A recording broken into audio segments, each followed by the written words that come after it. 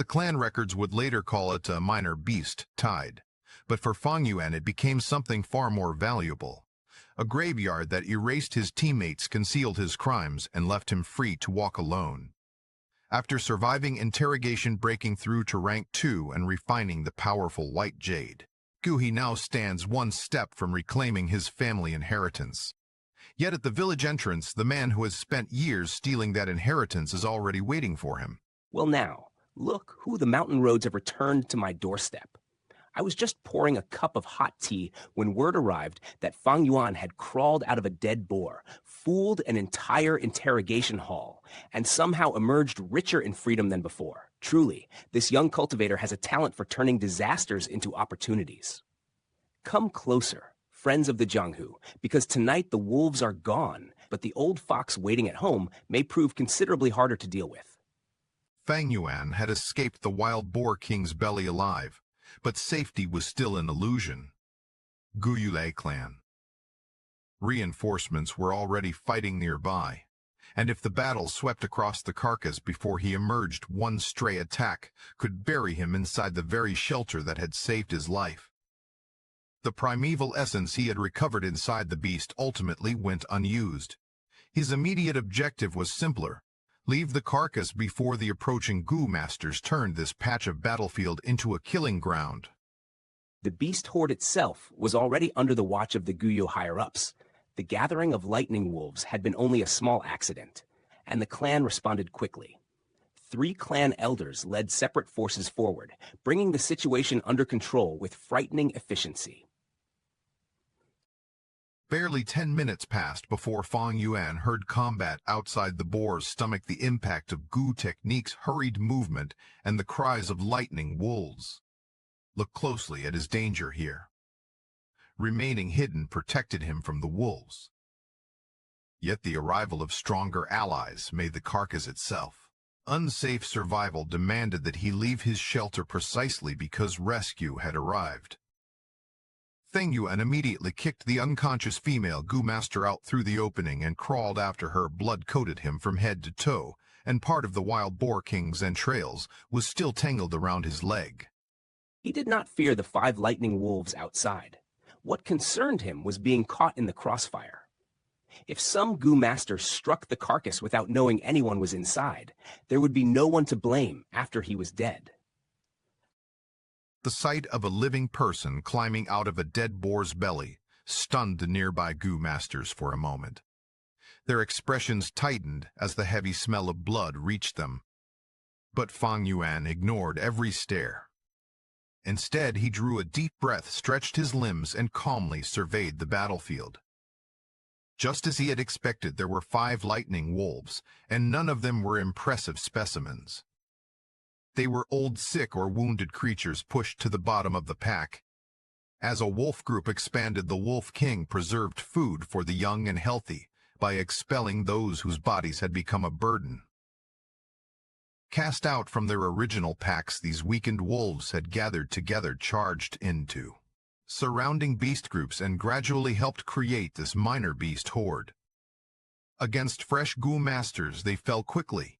The wolves had eaten heavily, leaving their swollen stomachs a hindrance in combat, while the newly arrived clansmen possessed full reserves of primeval essence. Unlike Zhao San's exhausted group, these reinforcements could fight near their peak. Primeval essence was the foundation beneath almost every Gu master's combat ability. Once those reserves declined, strength could collapse with alarming speed.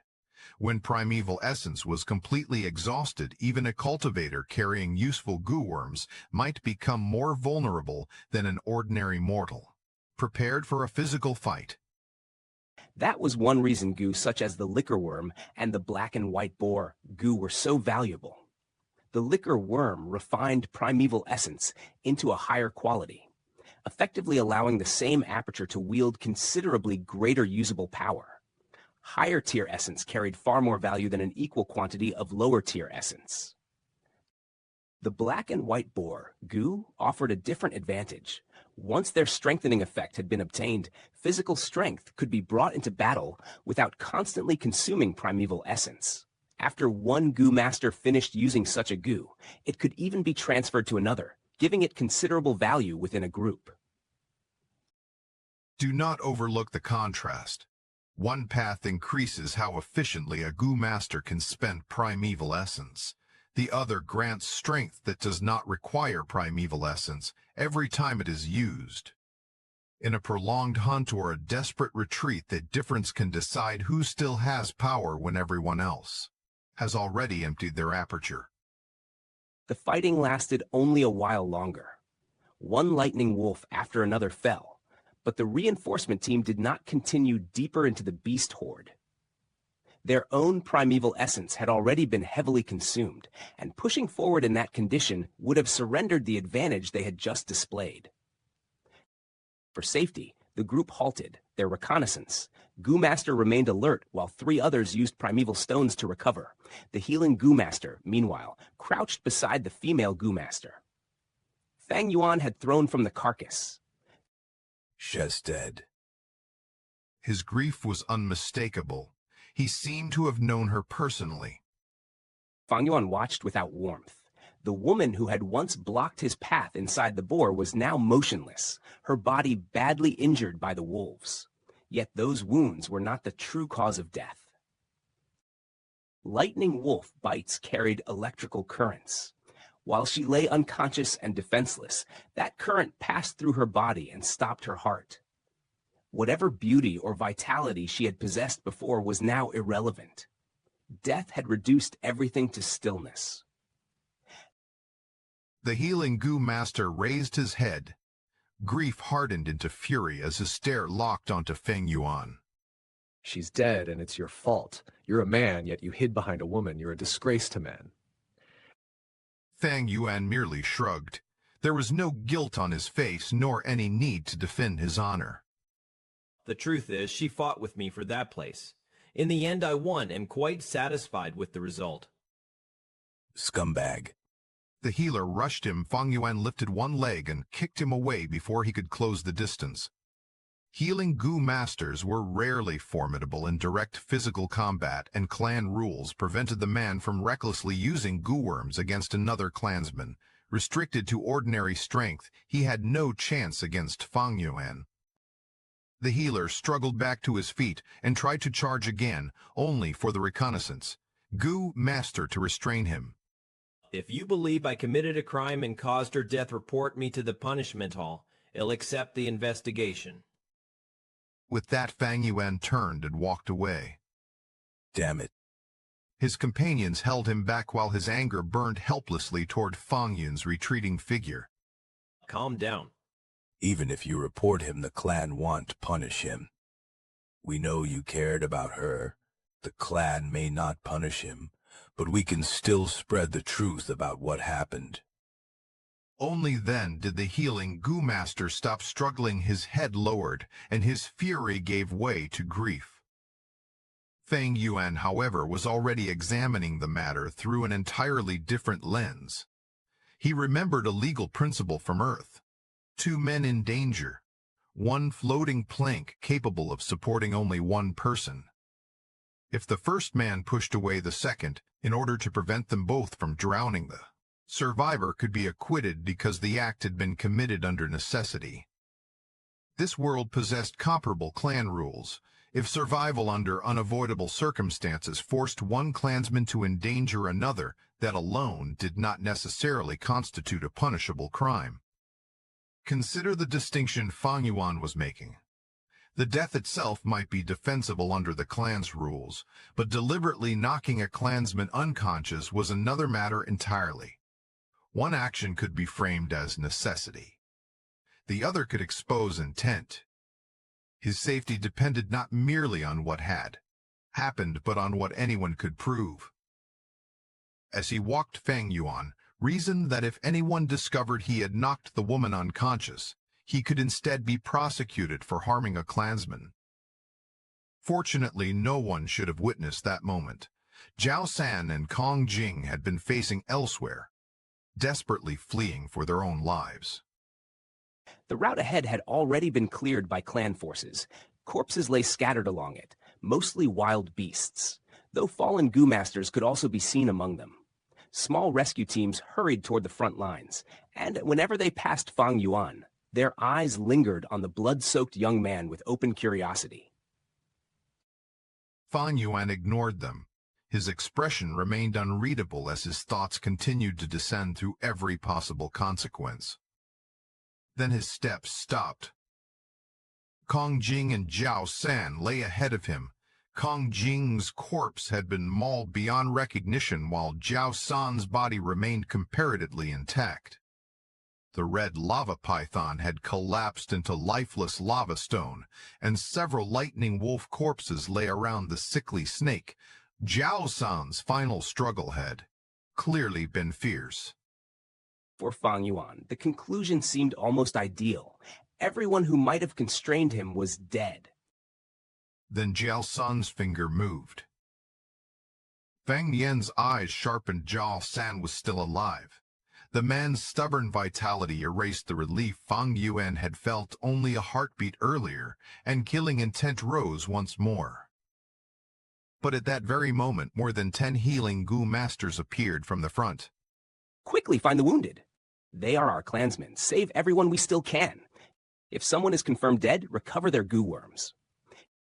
Fang Yuan immediately calculated his options. Killing Jiao San now would be dangerous. Strangulation could leave evidence. A moonblade would leave an even clearer trace. With so many Gu masters approaching, there would be no time to erase anything. Perhaps he should allow Jiao San to live. The man was gravely injured. Even treatment might not save him. Fang Yuan rejected that thought almost immediately. If Jiao San could be removed here, much of the opposition surrounding Fang Yuan would disappear with him. Opportunities this clean did not come often. Put yourself inside the calculation, not the morality. Sparing Jiao San removed the immediate risk of discovery, but preserved an enemy who could restrict Fang Yuan. Later, killing him promised freedom, yet one visible mistake before the approaching healers could turn that freedom into a clan. Investigation. Both choices carried a price, and Fang Yuan wanted the benefit without paying either one. Then an idea came to him. Fang Yuan lowered himself beside Jiao San and removed his own upper garment. He had spent so long inside the boar that the cloth was saturated with pig blood, heavy and wet. He laid it across Jiao San's face and upper body, covering his nose and mouth. Then Fang Yuan remained half-kneeling beside him, watching in silence with an expression shaped into solemn grief. A medicine hall brewmaster approached, seeing only a blood-covered young clansman mourning beside a fallen companion. "Young man Im from the medicine hall. Let me examine him." Scram. Fang Yuan shoved the man away. The medicine hall Gu master fell, but instead of becoming angry, he interpreted the violence as grief. "Little brother, my condolences. I understand how painful it is to watch clansmen who lived beside you die before your eyes. But you're covered in blood. You may be badly wounded yourself. For the sake of those who sacrifice themselves, you must survive. Come, let me treat you." Fang Yuan said nothing. Shadow covered the lower half of his face as he allowed the man to examine it. The results surprised the healer. Fang Yuan looked as though he had crawled through slaughter itself, yet beneath all that blood he carried no meaningful injury. The medicine hall Gu master quickly regained his composure and turned toward Jiao San. "I'm sorry, but the clan must recover his Gu worms." He carefully lifted the blood-soaked garment from Jiao San's face. Jiao San's eyes were partly open, but there was no life in them. The healer checked his eyes, then his neck. There was no pulse. Jiao San was dead. Nothing about the scene aroused suspicion. The Gu master simply sighed and examined Jiao San's abdomen. Some warmth remained while the aperture was already beginning to disappear. There were no Gu worms inside. The healer then looked toward Fang Yuan. Whether the warning was deliberate or merely routine was impossible to tell. Every Gu master's Gu worms are recorded by the clan. After death, those Gu worms are handled as inheritance for the proper inheritor. Keeping them for yourself violates clan rules. Fang Yuan met his gaze without fear.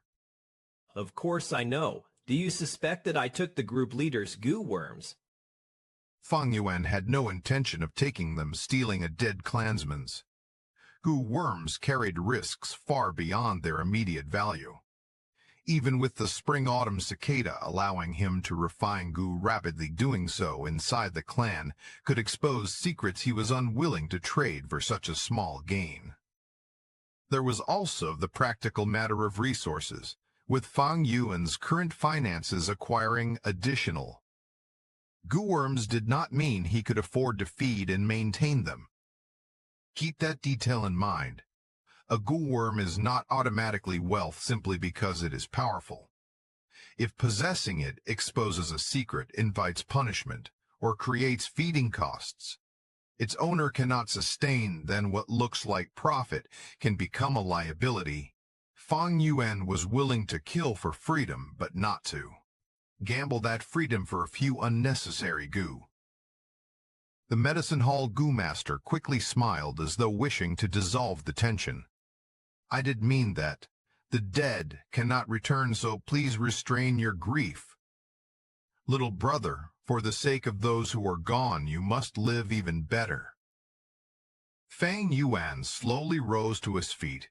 He arranged his face into deep sorrow and stared at the sickly snake's corpse for a long moment while the night wind moved around them. To everyone watching it was the look of a young gu master mourning fallen companions. Yet Fang Yuan's thoughts had already moved elsewhere. Jiao San was dead, the witnesses who might threaten him were gone. And another restraint on his path had quietly disappeared. Notice the final contrast.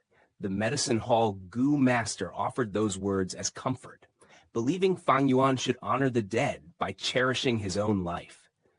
Fang Yuan accepted the same words with an entirely different meaning. The dead had already paid their price, and he intended to use the freedom they left behind to advance even farther. You're right. For the sake of those who died, I have to live even better than before. For an hour, Fang Yuan had sat beneath the winter sunlight while 3 clan elders searched his testimony for a mistake. His entire group was dead. He alone had returned, and one contradiction could turn suspicion into a weapon against him. He needed to survive the interrogation without exposing what had truly happened during the Wild Boar King battle. Fang Yuan had expected this much, and had already revealed his breakthrough to rank 2, because without a concealing gu worm hiding his new aura was impossible. The real danger lay in everything else. He could alter only the crucial details while keeping most of the events truthful, because repeated questioning was designed to make fabricated stories collapse under their own contradictions. The interrogation room of the Internal Affairs Hall was split between light and shadow. Winter sun entered through a single window, illuminating Fang Yuan's chair, while the 3 elders sat behind a long table in darkness. Fang Yuan, are you certain there are no mistakes in your account? Fang Yuan lowered his eyes toward his feet, his fair face pale beneath the sunlight. Yes. Every surviving gu master faced some questioning so the clan could gather battle statistics. But an entire hour was different. Look closely. Ordinary questioning seeks facts, while repeated questioning hunts inconsistencies. With every teammate dead, Fang Yuan had no witness to support him if his story cracked. Someone was clearly making things difficult for him from behind the scenes, and that was hardly surprising. The dead had families, relationships, and people unwilling to let their deaths pass quietly. Then recount the battle again. Very well, I spent several days breaking through to rank 2. When I returned to the village gate, I encountered Qi Shan's group. Later, I reunited with Jiao San's group, and they were fighting the Wild Boar King. The sickly snake and the rest of the team were dead, so Fang Yuan could reshape the parts no survivor could contradict. Yet this was already his 5th retelling, and although his wording changed slightly, The substance remained consistent.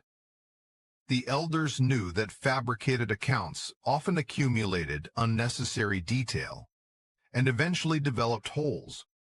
After 5 rounds, however, they still found nothing decisive. Their exchanged glances carried the same conclusion. His account appeared true. One elder refused to accept that easily. Her daughter had been the sickly snake group's healing Gu master, and she had died in the mouths of lightning wolves. Grief sharpened the middle-aged woman's gaze as she turned on Fang Yuan. You cut the knife scales net with your moon blades. Why? I wanted to earn contribution, but it turned out to be a bad move. When you hid inside the boar's stomach, did you deliberately use your female teammate as a shield? I don't know, I was terrified and rushed inside the Boar King. She entered too and fought me for the position. She could not defeat me and the lightning wolves killed her. I am ashamed. The female elder ground her teeth. Fang Yuan had described actions without admitting intention. That distinction was everything. She needed proof that he deliberately sacrificed his teammate.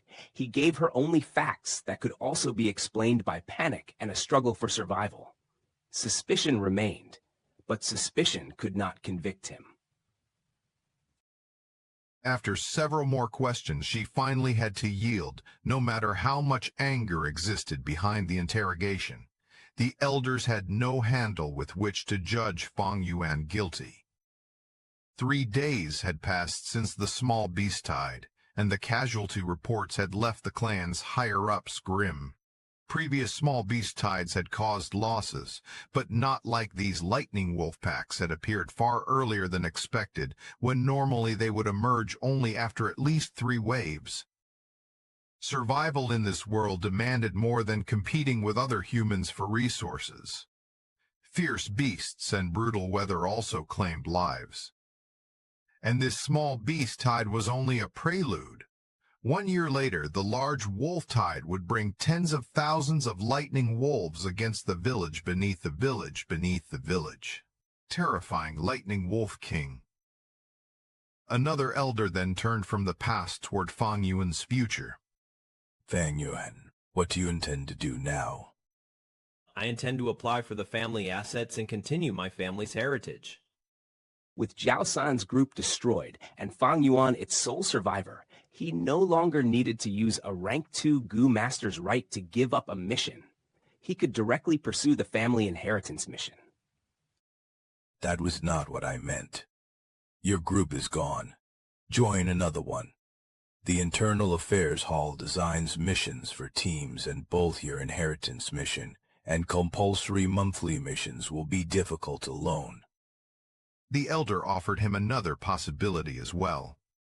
You are already rank 2, so you also qualify to become a group captain. Pass the examination mission, and you may form your own group. Which path will you choose? I haven't decided. I need time to consider it.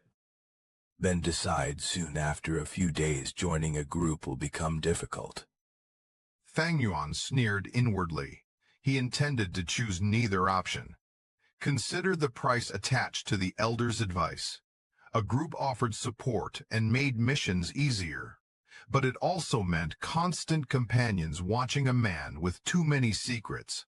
Fang Yuan valued freedom of action more than the protection of numbers. Instead of leaving the Internal Affairs Hall, he immediately applied for the family inheritance mission. Because the hall was still overwhelmed by recent events, he was told he could accept it only after 3 more days. Outside, the winter afternoon was bleak and biting.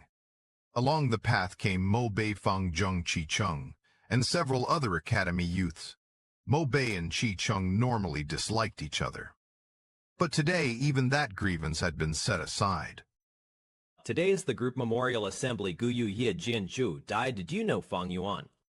Brother, Jinzhu studied with us for a year. Come with us. Fang Yuan remembered her. Gu Jianzhu had once matched Mo Bei in the arena and lost only because her stamina failed. She had been hard-working. Yet death in Fang Yuan's eyes did not distinguish between beauty and ugliness, diligence and idleness. He had seen too much of it to remain sentimental. Ah, she died. Whether one dies from age or sickness, death is normal. See enough of it, and you become indifferent. You go and busy. He walked past them. Anger immediately rose behind him. He really is cold-blooded and heartless. He has no sense of friendship. You've heard the rumor, haven't you? They say Fang Yuan survived by hiding inside a boar's stomach and using his female Gu master teammate as a shield. Qi Cheng folded his arms and laughed coldly. What a disgrace. He has no worth, not even the conduct expected of a man. Fang Zheng lowered his head and clenched his teeth, ashamed by the mockery aimed at his elder brother. Fang Yuan simply kept walking until the voices disappeared behind him. His heart remained calm. Insults were only other people's judgments. In Fang Yuan's view, anyone who became angry at curses and delighted by praise was allowing bystanders to control his life. Some people had deliberately spread the rumor to ruin his reputation. Sacrificing a teammate for survival might not bring formal punishment, but moral consensus could still isolate him from the clan. That was precisely what Fang Yuan wanted. Remember the choice he had just rejected? Others saw isolation as the loss of allies and protection. Fang Yuan saw freedom from supervision. The rumor intended to weaken him could also grant the solitude his secrets required. He believed that once a person entered deeply into a system, rules and obligations turned him into a pawn. Fang Yuan needed resources, but he needed independence even more. Rejection frightened only those who depended on the crowd. On Earth, isolation could easily become fatal because one person could not resist. Many social connections were a means of survival. But this world followed different laws. With sufficient cultivation, one person could defeat 10 hundreds, even thousands. The important contrast is this. In a world where survival depends on cooperation, exile can destroy a person. In a cultivation world where individual strength may overwhelm entire groups, solitude can become a path of its own, if one possesses enough power to bear the consequences. Resources could be seized, and those who blocked the road could be killed. Different worlds created different rules, societies, and human behavior. And in this martial world where personal cultivation could outweigh the judgment of the crowd, there was room for something civilized order could never. Completely restrain devils running amok. One piece of news struck Gu Yedong Tu harder than any blade. Fang Yuan had already stepped into rank 2 and formally applied for the asset-splitting mission through the Internal Affairs Hall. The nephew he had once been able to obstruct through status and connections was now reaching directly for the family property. Dongtu's objective was now brutally simple. He had to keep those assets out of Fang Yuan's hands, because every increase in Fang Yuan's cultivation narrowed the space in which an elder's authority could still restrain him. Look closely at the imbalance. Dongtu possessed money, seniority, and a network built over years, while Fang Yuan possessed far fewer connections, but was rapidly gaining the one thing that could make those connections less effective: qualification to act on his own. If Fang Yuan completed the inheritance mission, Dongtu's earlier methods of blocking him would lose their force. For the old fox, this was no longer a quarrel with an inconvenient junior. It was a struggle to preserve control before that control slipped beyond recovery. What, that lad is already a rank 2 Gu master, and he even applied for the asset-splitting mission from the Internal Affairs Hall. Dongtu's furious voice rolled through the main hall. Across from him sat the middle-aged Gu master, whose position within the Internal Affairs Hall had already been purchased, at least in part, with Dongtu's primeval stones. That is indeed the case. Although I accepted your primeval stones, there is little more I can do to stop him. I only managed to delay his collection of the mission for 3 days. That is the limit of what I can do. Dongtu snorted inwardly. He understood the hidden meaning immediately. 3 days was not some sacred limit imposed by clan law. It was an opening bid. Do not overlook what is happening beneath this polite exchange. The internal affairs Gu master has already taken payment, yet he presents further obstruction as nearly impossible. Dongtu can either accept the delay he has purchased or spend more to deepen the interference. And every extra primeval stone reveals how desperate he is to protect those assets. Sweat gathered on Dongtu's forehead. Fang Yuan's advancement had come so quickly that it left him feeling as though his heart were being squeezed. Whatever resentment he felt, the immediate priority remained unchanged. Retain the property at all costs. I came here especially to inform you of this, so I should take my leave. The man rose, but Dongtu moved at once. He retrieved another money pouch and pressed it into the visitor's hand before the conversation could truly end. There is no need to hurry, brother. I still have a few matters in which I would like your assistance. The middle-aged Gu master accepted the entire pouch without hesitation and tucked the primeval stones into his chest. His manner changed almost as quickly as the money changed hands. Brother Dongtu, you are far too polite. We have known each other for more than 10 years. Do not worry, I will arrange the most difficult mission I can for Fang Yuan. But there is one thing you must guard against. He may employ other Gu masters to assist him. You may rest assured. I may have retired, but my relationships have not vanished. I have already sent people to watch him. If that lad hires outsiders, he will be violating clan rules, and I'm still waiting for him to expose such a weakness. Then I can leave at ease. Farewell. Allow me to see you out. There is no need. Please stay. Dongtu watched the man's back disappear. Only then did the smile on his face slowly collapse. Fang Yuan was merely a C-grade talent. By ordinary reasoning, reaching rank 2 so quickly should not have been easy. Dongtu's thoughts turned bitterly toward Jiao San's group, the very people he had relied upon to suppress this troublesome junior. But Jiao San and his entire team had already died, and the beast horde Dongtu could only curse their incompetence in his heart.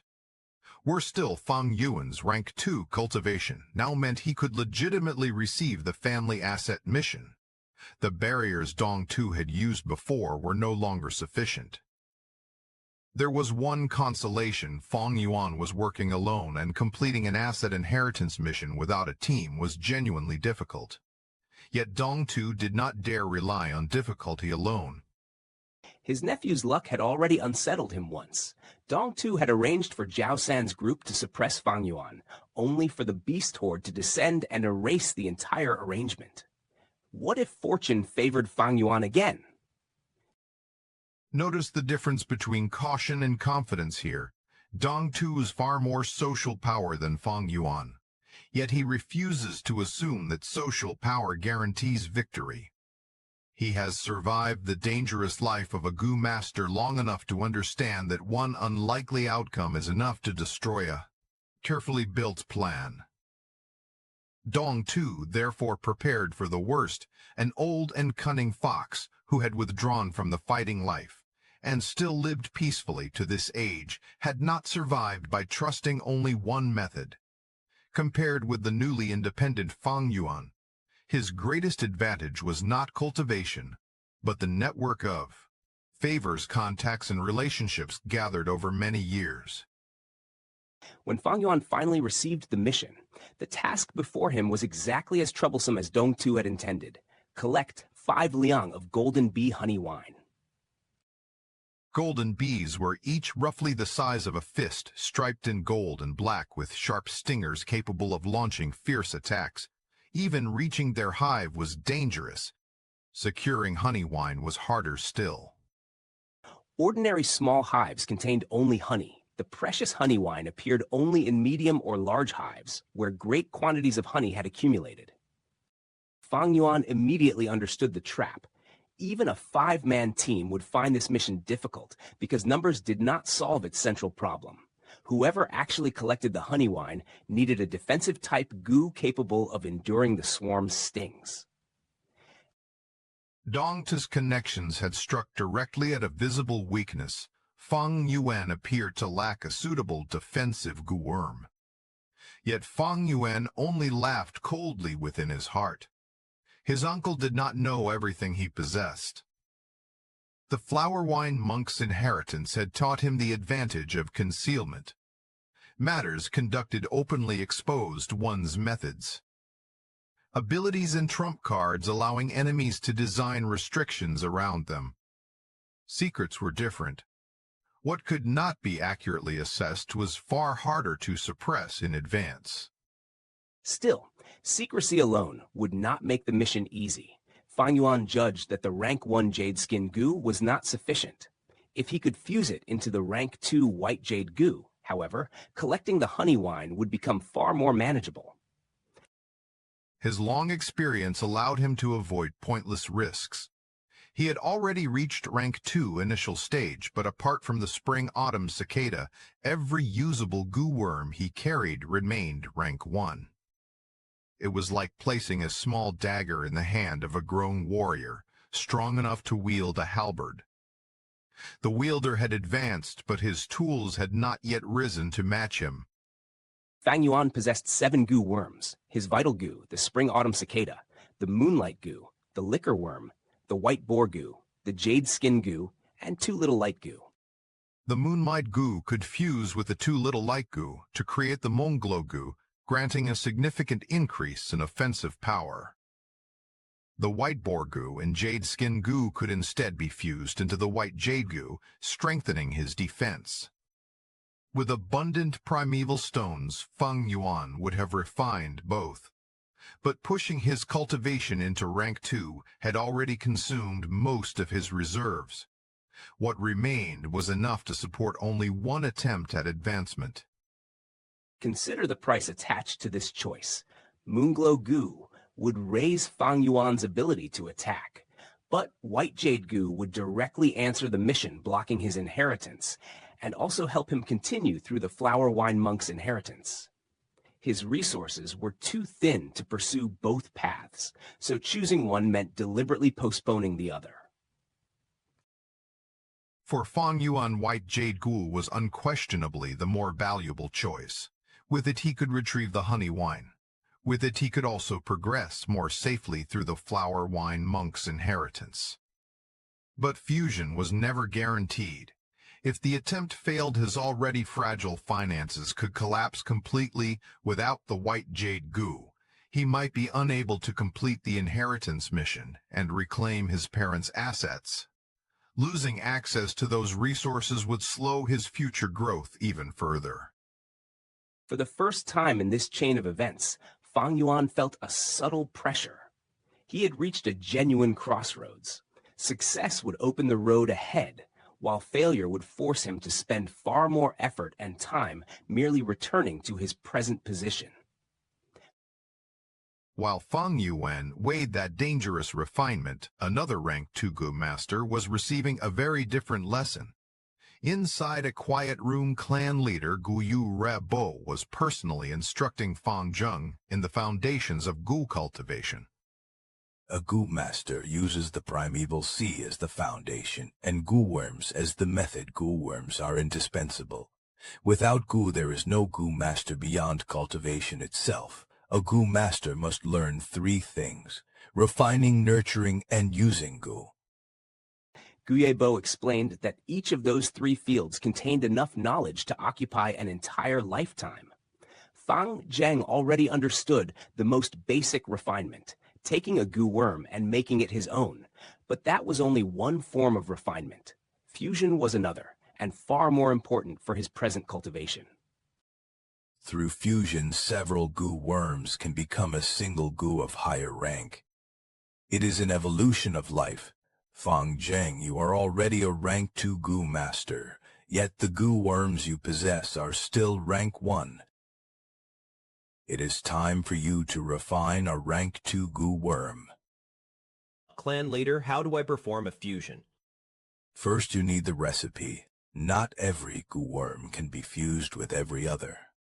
Across countless generations, our ancestors endured trial, error, and failure to establish reliable recipes.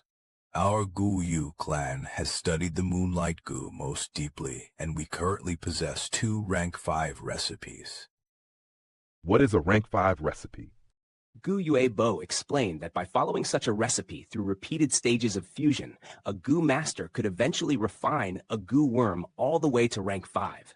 Fang Zheng already possessed the Jade Skin Gu and Moonlight Gu, satisfying the opening conditions of one such path. If you continue along this recipe, the final result will be the rank 5 Moonlight Treasure King Gu. The name alone filled Fang Zheng's face with longing. A rank 5 Gu stood far beyond his present level, yet for a young rank 2 Gu master, simply knowing that such a road existed was enough to stir ambition. Gu Yuebo laughed softly before bringing his disciples' attention back to the immediate step. It is still too early for you to think about rank 5. Take out your Jade Skin Gu and Moonlight Gu. I will teach you how to fuse them into the rank 2 Moon raiment. His expression then became solemn. The difficult part was not merely supplying primeval essence or placing 2 Gu worms together. The crucial point was controlling their consciousness. The most important part of Gu fusion is parallel thinking, merging your consciousness within the 2 Gu worms. Your Moonlight Gu and Jade Skin Gu no longer possess their original wild consciousness. Both have already been overwritten by your own. What you must do now is fuse those 2 strands of thought together. Fuse them together. Fang Jing blinked in confusion, but Gu Yuebo remained patient. Do not worry. With enough practice, you will gradually grasp the sensation. Let us begin. Under Gu Yuebo's guidance, Fang Zheng released his light red steel primeval essence. It rose like smoke and enveloped the Jade Skin Gu and Moonlight Gu suspended in the air. Fang Zheng closed his eyes and began feeling for the consciousness within both Gu worms, trying to manipulate them at the same time. Gu Yuebo watched from outside as the 2 Gu circled one another like paired stars. As the 2 strands of consciousness moved closer to unity, the physical distance between the Gu worms also began to shrink. The process demanded patience rather than brute force. 3 full hours passed before Fang Zheng finally brought both consciousnesses under control and fused them perfectly together. The Jade Skin Gu and Moonlight Gu erupted with brilliant white radiance. Their 2 lights joined and condensed into a glowing mass roughly the size of a human face. Maintain this state. Now throw primeval stones into the light. Fang Zheng took out a primeval stone and cast it into the radiance. The stone immediately transformed into a surge of pure natural essence, which merged completely into the luminous mass. Only fine stone powder remained, drifting down across the bed. Keep feeding it primeval stones until the rank 2 Gu is complete. Fang Zheng reached for a second stone, yet at precisely that moment the white light vanished. The 2 Gu worms shot away in opposite directions as though violently repelled by one another. The fusion had failed. Fang Jing immediately understood his mistake. In the instant he moved to add the next primeval stone, he had neglected to maintain the fused consciousness. No need to be discouraged. Failure at the beginning is normal. But the clan leader's reassurance carried a warning just as important as the comfort. You must still be careful. You cannot afford to fail too many times. If you do both, the Moonlight Gu and the Jade Skin Gu may perish. Keep one detail in mind. Fang Jing is learning fusion under the clan leader's direct guidance, yet even with instruction, a single lapse has already damaged his Gu worms. for Fang Yuan, who is preparing a similarly important refinement while his finances stand near collapse. The same principle carries a far harsher consequence. Failure consumes more than effort. It can destroy the tools needed to move forward. Fang Zheng recalled the 2 goo worms and examined them carefully. Cracks had appeared across the surface of the moonlight goo, while the jade skin goo seemed visibly weakened. His heart sank. Only after one failed attempt did the true difficulty of goo refinement become tangible to him. Advancement was not simply a matter of possessing a recipe and enough primeval stones. Every mistake could damage what had already been painstakingly obtained, and the path to a higher-ranked goo demanded control, precise enough to leave no room for carelessness. Fang Yuan had crossed into rank 2, but the change inside his aperture demanded more than satisfaction. Great waves rolled through a light red primeval sea, and every rise and fall carried the weight of a cultivation path that could not afford careless mistakes. The breakthrough had given him stronger, primeval essence, yet strength meant little if he failed to understand exactly what had changed and how to use it. The green copper sea of rank 1 was gone. In its place lay the red steel primeval sea of rank 2, initial stage, filling 44% of his aperture. A faint layer of light covered the aperture walls, marking the realm he had finally entered. Above those red waves floated the spring-autumn cicada. Fang Yuan's attention settled upon it at once because this was no ordinary goo worm. A full year had passed since his rebirth, and if his understanding of this mysterious goo remained shallow, then even possessing it would not mean he could freely command its power. The spring-autumn cicada had changed previously. Its body had been rough and dull like dried wood without a trace of vitality. Now a faint gloss had returned. Its 2 wings, once resembling yellowed autumn leaves with damaged tips, carried traces of green, while dark leaf-like lines curved cleanly along the edges where the defects had disappeared. Look closely at what Fang Yuan had gained. The spring-autumn cicada remained frighteningly weak, yet 1 year of recovery had revealed a pattern hidden within its very nature. For someone relying on knowledge rather than overwhelming aptitude understanding, such a pattern could be worth more than raw cultivation. The answer formed naturally in Fang Yuan's mind. Spring and autumn were not merely part of its name. The goo appeared to recover by experiencing the passage and transformation of those seasons. Since his rebirth, 1 complete year had passed, a full turning of spring and autumn, and the cicada had recovered accordingly. That realization deepened Fang Yuan's comprehension of the spring-autumn cicada by another step. Goo masters refined goo, nurtured goo, and used goo, but the word use concealed countless methods and applications. Because Fang Yuan remained in constant contact with the cicada, his understanding of it had been slowly accumulating rather than appearing all at once. Even so, there was no room for self-deception. The spring-autumn cicada had only moved a short distance away from the edge of death. Fang Yuan could borrow its aura to suppress other goo worms and improve the efficiency of refining a single gooem. But when it came to fusing goo worms together, the cicada offered him no meaningful assistance. Some mystical goo worms could increase the success rate of fusion, but every goo had its own specialty. The spring-autumn cicada's extraordinary ability was rebirth. Expecting it to excel at every aspect of cultivation simply because it was powerful would be a fatal misunderstanding of how goo worked. Elsewhere within the aperture, the fat liquor worm curled itself into a round ball and drifted playfully through the red steel sea. The ladybug-like white boar goo revolved beside the jade-green jade skin goo, each one awaiting Fang Yuan's next command. Fang Yuan opened his eyes and slowly unfolded his right palm. A crescent-shaped mark and 2 5-pointed stars rested there. The residences of the moonlight goo and his 2 little light goo. Then his gaze moved to the bed before him. 3 money bags lay on the sheets. Two still bulged with primeval stones, but the third had nearly collapsed in on itself. Beside his leg rested another object, a snow-white tusk taken from the wild boar king, large enough to resemble the tusk of an elephant. Zhao San's group had spent nearly everything they had to bring down that wild boar king. Before they could properly harvest the corpse, lightning wolves attacked. Most of the beast's hide and flesh disappeared into the wolf pack, leaving the two great tusks as the most valuable spoils that remained.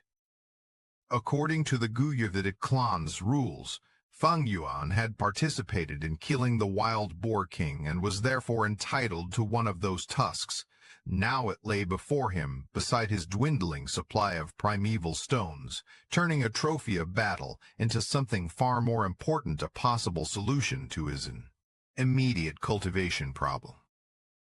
His expression grew heavy as he calculated his position. What remained was enough for only one serious fusion attempt. Whether that attempt succeeded or failed, his finances would be badly damaged afterward. Yet refusing to act was no safer. At his present rate of expenditure, his primeval stones would last only around 12 more days, and waiting would eventually cost him even the opportunity to attempt the fusion. The burden came from the number of gu worms under his care. Fang Yuan was supporting 7 of them, and every one consumed resources. His C-grade aptitude made the situation worse. To advance his cultivation quickly, he repeatedly depended on the liquor worm, causing his primeval stone consumption to exceed that of an ordinary gu master. He had already begun cutting expenses wherever possible. Fang Yuan no longer used primeval stones simply to replenish the primeval essence inside his aperture. The red steel sea now recovered only through his body's natural restoration. Consider the price attached to his next choice. Preserving the stones meant surviving a few more days without immediate collapse, but spending them on fusion could create the strength needed to escape that slow decline. One path consumed his lifeline quickly. The other allowed that same lifeline to disappear piece by piece. To Fang Yuan, the situation resembled a man clinging to wild grass on the side of a cliff. Those roots could keep him from falling for a little while, but every passing day weakened his grip. Refusing risk would not save him. It would only delay the fall. His only real choice was to use what remained and climb. If he succeeded, he could seize the opportunity to reclaim the family inheritance and raise his position to another level, opening an entirely different road before him. If he failed, returning to this point would demand another enormous investment of time and resources. Fang Yuan drew a deep breath. Whatever the outcome, the calculation had already been made. He focused his mind and began. At his command, the White Boar Gu and Jade Skin Gu left the aperture and hovered before him. Fang Yuan directed them toward one another. Both gu worms released brilliant light and collided without sound, their forms disappearing within a swelling sphere of white radiance. The light grew even brighter than before. 2 strands of Fang Yuan's consciousness were now operating together, guiding the fusion while he reached into one of the money bags and began feeding primeval stones into the glowing sphere. One stone after another vanished into the light. Their natural primeval essence was absorbed, leaving only dull rock powder to scatter across the bed. Each offering caused the edges of the sphere to expand. From the size of a wash basin, it gradually swelled until it was as broad as a grindstone. When Fang Yuan judged the moment had arrived, his eyes narrowed. He took the snow-white tusk of the wild boar king and decisively threw it into the sphere of light. Anyone familiar with conventional gu refinement would have found the choice strange. The recipe for combining White Boar Gu and Jade Skin Gu into White Jade Gu had circulated for more than 1,000 years, yet adding a wild boar king's tusk was not part of the method known in this era. Fang Yuan, however, possessed knowledge that did not belong to this era. 150 years later, Another Gu master would improve this fusion recipe and discover that adding the tusk of a wild boar could greatly increase the chance of success. Fang Yuan's 500 years of experience placed that future discovery in his hands, long before the cultivation world around him knew it existed. Notice the information gap here. Other Gu masters could possess the same white boar Gu, the same jade skin Gu, and even greater wealth. Yet Fang Yuan carried a refinement advantage they could not purchase because the method itself had not been discovered. His greatest resource in this moment was not a primeval stone. It was time already lived. The instant the snowy tusk entered the sphere, the fusion changed. The harsh brilliance softened. Light that had previously scattered without order began following a clear rhythm, naturally alternating between brightness and shadow. Under Fang Yuan's steady gaze, the enormous sphere contracted. Smaller and smaller it became, until the last traces of radiance dissolved into the air. The white boar Gu was gone. The jade skin Gu was gone as well. In their place, a completely new Gu worm floated silently before him. It resembled a smooth oval pebble, entirely white, yet its color was neither the pale white of paper nor the milky shade of liquid. Its surface carried the moist, lustrous whiteness of polished jade. Fang Yuan had successfully refined a rank 2 White Jade Gu. Only then did Fang Yuan release the breath he had been holding. The fusion had succeeded, but its calm appearance concealed just how many things could have gone wrong. The first difficulty was the merging of consciousness. Fang Yuan had needed to divide his attention and control multiple processes at once. Even drawing a circle with one hand while drawing a square with the other was beyond many people. Gu fusion demanded a far more difficult form of multitasking. Such control could only be built through long cultivation. Repeated failures and relentless practice and talent still mattered even after all of that. Fang Yuan's movements had seemed effortless because 500 years of experience stood behind them. There was nothing false or accidental about that. Proficiency. The second factor was understanding the Gu worms themselves. The deeper a Gu master's knowledge of the Gu involved, the greater the probability of a successful fusion. In roughly 300 years, that principle would become widely recognized. Experience with a Gu worm was not merely familiarity. It directly affected refinement. The third factor was the recipe. The wild boar tusk Fang Yuan had added was the finishing stroke, increasing the success rate by 20%. That improvement was extraordinary, and it revealed why secret recipes could be worth far more than their ingredients. Some Gu recipes circulated openly throughout the world, but countless others remained private treasures. In Guyue village, even the refinement recipe for the Moonlight Gu was controlled by only a small number of elders and successive clan leaders. Recipes involving rank 5 Gu or anything beyond war, guarded even more fiercely, often until their owners carried them into death. Yet even perfect preparation could not turn fusion into certainty. Fang Yuan possessed 500 years of memories, abundant experience, deep knowledge of Gu worms, powerful multitasking ability, and recipes unknown to his contemporaries. He could still fail. Do not overlook what that means. Knowledge could reduce the danger, resources could improve the odds, and experience could prevent foolish mistakes. But none of them erased uncertainty. Every serious fusion still required a Ju master to stake something valuable on a result that could never be completely guaranteed. At most, Fang Yuan's advantages made his probability of failure lower than that of others. They did not make him infallible. Because Gu fusion was not merely the assembly of materials, it was an evolution of life compressed into a single moment of process that forced what might have required countless years of natural change to produce its result immediately.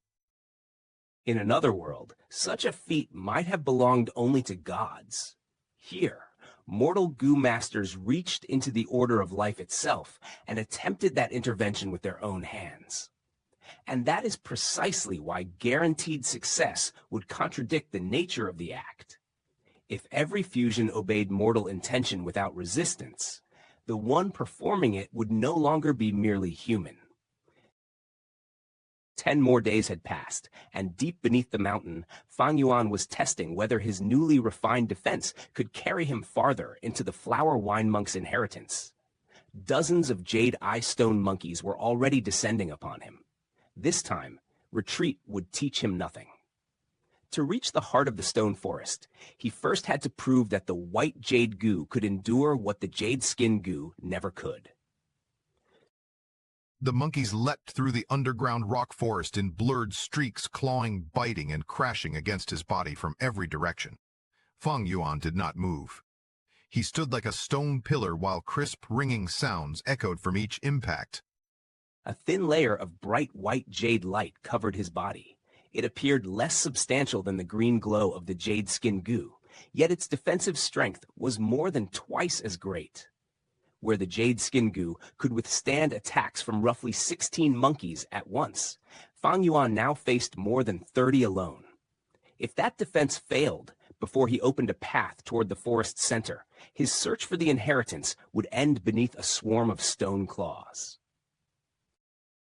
Fang Yuan remembered the academy arena. With his bare fists, he had been able to break through Fang Jing's Jade Skin Gui. Yet if Fang Jing had possessed the White Jade Gu instead, Fang Yuan judged that even shattering his own wrist would not have been enough to penetrate that defense. Look closely at the difference. Fang Yuan had not merely obtained a stronger shield, he had changed the number of enemies he could afford to face at once. But stronger protection also meant greater primeval essence consumption, and in this underground forest endurance mattered just as much as defense. Part of his attention sank into his aperture. At the bottom of his red steel primeval sea rested the White Jade Gu, shaped like a smooth oval pebble and glowing faintly as it continuously absorbed primeval essence. Every time a stone monkey struck him, the White Jade Gu flashed. With each flash, Fang Yuan felt another trace of primeval essence disappear. He quickly confirmed the principle.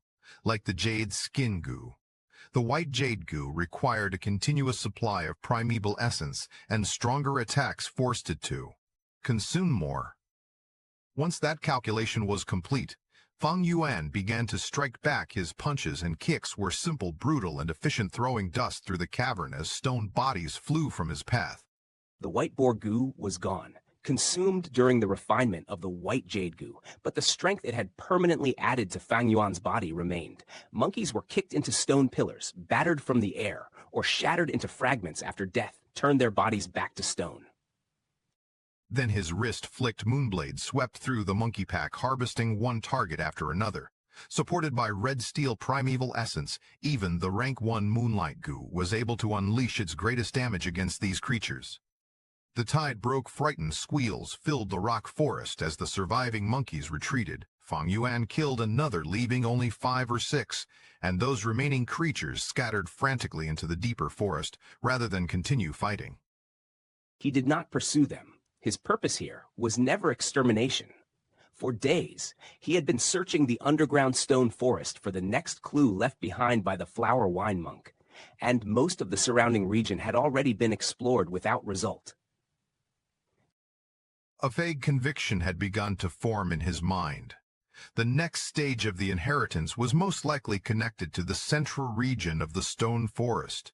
The farther he advanced, the larger the stone pillars became, and the greater the number of monkeys nesting inside them.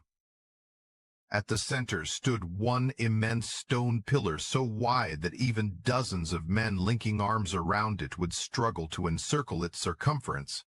Fang Yuan fixed his attention on that pillar. That was his objective. Remember the problem before him. The clue might lie beneath that pillar, but knowing where to search and being able to reach it were two very different matters. Every step inward brought him closer to the inheritance, while also placing him inside denser monkey territory. Fang Yuan crossed into the alert zone of another monkey group. Furious squeals erupted from the dark openings in the pillars, and nearly 100 jade eye-stone monkeys poured out toward him. He immediately ran. The White Jade Gu had strengthened his defense, but it had not made him foolish enough to stand beneath the attacks of 100 enemies at once. The swarm pursued him through the rock forest. Gradually, some monkeys abandoned the chase and returned to their caves. More turned back as the distance grew, until only around 30 remained behind him. That was the moment Fang Yuan had been waiting for. Ha turned and attacked with the enemy group reduced to a number his defense could withstand. The chase became a slaughter in reverse. After another fierce exchange, only a few monkeys remained, and even those survivors fled rather than return to their original caves. Fang Yuan repeated the method again and again, entering the alert zone, drawing part of the group away, then turning on the separated pursuers. Consider the tactical advantage. Fang Yuan did not need enough strength to defeat an entire colony at once. He only needed enough patience to divide it. Against greater numbers, controlling how many enemies could reach him became more valuable than simply possessing greater offensive power. Several rounds later, more than 100 stone monkeys had fallen. Broken fragments from their corpses marked the route Fang Yuan had carved toward the central pillar. Then his progress stopped for a reason no enemy could solve. Fang Yuan inspected his primeval sea and found his reserves too low to continue safely. His primeval essence was insufficient. Previously, he could have crushed primeval stones and restored himself quickly. Now that option had become painfully limited. Refining the White Jade Gu had nearly emptied his finances, leaving his entire supply of primeval stones on the edge of collapse. Fang Yuan collected the jade rock eyeballs from the dead monkeys and placed them into his bag. His conviction about the central pillar had only strengthened. He believed the inheritance clue should be near its bottom, but reaching it meant clearing a path through the colonies between them. With one last look toward the massive pillar, he withdrew, opened the stone door, and returned to the second secret room. Several supplies waited in one corner. One small bag already held hundreds of jade eyeballs. Fang Yuan opened it and poured in the day's harvest, the jade pieces knocking together with a clear, crisp sound. Another bag contained wild boar tusks, relics of a need that had now disappeared. The white boar gu and jade skin gu had both been consumed in refining the White Jade Gu with the white boar.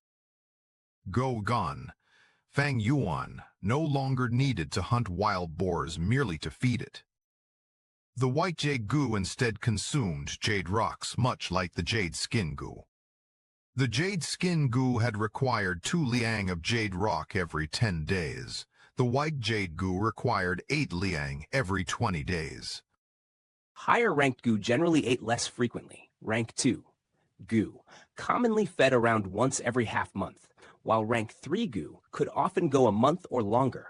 Yet higher rank also meant greater quantities of food. On average, maintaining the White Jade Gu cost more than maintaining the Jade Skin Gu and White Boar Gu together. For Fang Yuan, however, jade rock was one resource he did not lack. This entire underground forest supplied it freely. At the same time, abandoning the need for pork meant fewer wild boar hunts, saving both time and trouble. He tied the bag and picked up a bullskin water sack. Golden honey wine rested inside. Several days earlier, Fang Yuan had endured the attacks of the bees with the jade skin gu and gathered enough of the wine for his needs. But when he counted what remained of his money, the answer was severe. Only 2.5 primeval stones. It was time to visit the Internal Affairs Hall and submit his mission. Do not overlook the trade he had made. Fang Yuan's combat ability had risen, his defense had become dramatically stronger, and his feeding burden was more convenient, but those advantages had consumed almost all of his liquid resources. Strength had increased while financial freedom had narrowed. He stored the water sack, passed through the tunnel, squeezed through the narrow crack in the rock, and returned to the surface. By then sunset had settled over the winter mountain. The evening was bright and clear, rather than bitterly cold. Red-orange sunlight filtered through pine branches and fell across the mountain floor as Fang Yuan walked alone toward the village. He did not take a direct route. Several deliberate detours ensured that anyone watching his movements would have difficulty discovering the concealed rock crack leading to the inheritance site. The winter wind struck his face, carrying with it something Fang Yuan had not enjoyed during his academy days: freedom. Back then, leaving had required him to slip away under darkness. Now that he was rank 2, he could move openly during daylight without inviting the same suspicion. The deaths of Sickly Snake and the others had also removed many restraints on his movements. Yet that independence brought another difficulty. Fang Yuan now stood alone, without supporting group members, and clan rules still required him to accept at least one mission every month. Following the small beast horde, the other Gu masters had already reorganized into groups. Fang Yuan had missed that opportunity, and his reputation left him ostracized among many clan members. Joining an established small group would not be easy. But Fang Yuan did not resent being pushed to the edge. In his view, drifting beyond the center of attention could be useful. The less others watched him, the easier it became to pursue his own objectives. Only the mandatory clan mission remained troublesome. Clan law required every Gu master to accept one each month, but the rule did not actually force them to complete it. Failure merely lowered the Gu master's evaluation. For most Gu masters, that consequence mattered greatly.